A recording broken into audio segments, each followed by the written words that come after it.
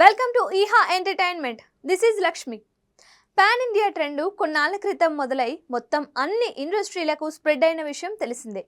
అనేక భాషల్లో పలువురు మేకర్స్ పాన్ ఇండియా లెవెల్లో మూవీలు తీస్తూ ఆకట్టుకున్నారు. ఆయా సినిమాల్లో నటించిన కాస్టింగ్ నెవర్ బిఫోర్ అనేలా నేషనల్ వైడ్లో తమకంటూ స్పెషల్ ఫ్యాన్ బేస్ సంపాదించుకున్నారు.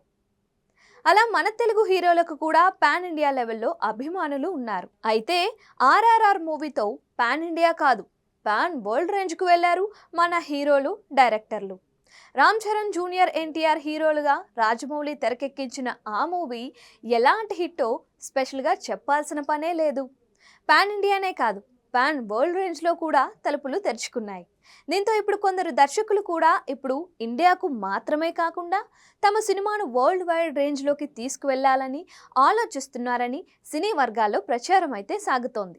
అందుకు తగ్గట్లే ప్లాన్ చేసుకొని కథలు రాసుకొని గ్లోబల్ రేంజ్లో అలరించేందుకు సిద్ధమవుతున్నారని టాక్.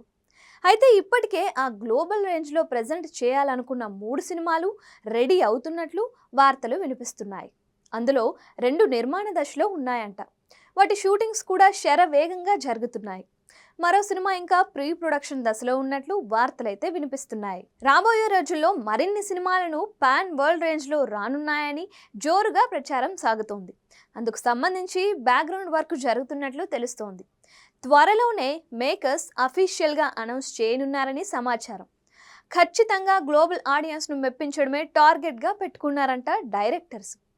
ప్రస్తుతం ఈ విషయం సోషల్ మీడియాలో వైరల్గా మారింది. దీంతో మూవీ లవర్స్ ఫుల్లుగా రెస్పాండ్ అవుతున్నారంట. టాలీవుడ్ రేంజు గ్లోబల్కు చేరిందని కామెంట్స్ పెడుతున్నారు. చాలా హ్యాపీగా ఉందని అంటున్నారు. ఆర్ఆర్ఆర్కు మించిన విజయాలు సాధించాలని కోరుకుంటున్నారు.